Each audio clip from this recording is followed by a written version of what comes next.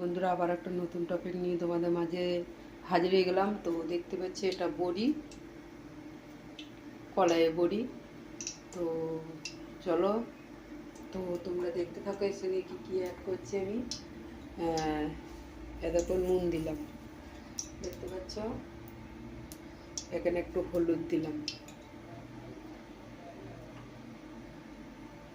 এখানে একটু সামান্য লঙ্কা গুঁড়ো দিলাম, দিয়ে সামান্য একটু জল দিয়ে এটাকে মাখিয়ে নেব। মাখিয়ে নিলাম, এটাকে হাত দিয়ে ভালো করে একটু মাখিয়ে নেব। বেশি জল দিলে হবে না, তাই বলে এটা সব তেলে ভাজতে হবে। এটাকে ভালো করে আমি মাখিয়ে নিলাম, বুঝতে পারছো। তো এটা থাকলো এখন। তো তেলটা গরম হয়ে গেছে। এদিকে এখানে পাঁপড় আছে, তো পাঁপড় ভাজবো, তোমরা দেখতে থাকো।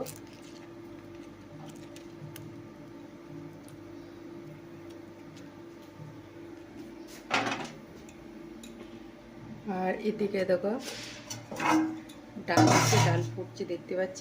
দেখো ডাল হচ্ছে মুসুর ডাল। তো দেখো ডালটা ফুটছে। তো টমেটোটা নুন দিয়ে দিলাম, নুন দিয়ে দিলাম। তো চলো, আমার তেল হয়ে গেলে দেখো পাঁপড়টা এবার দেবো আমি।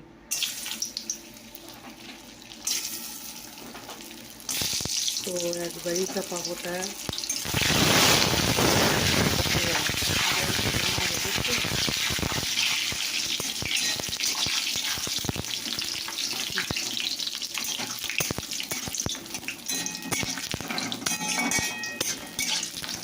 পাঁপড়টা হয়ে গেছে। তো দেখতে পাচ্ছ এখানে দেখো বড়ি কাটা বাকি, বড়ি কাটা ভাজতে।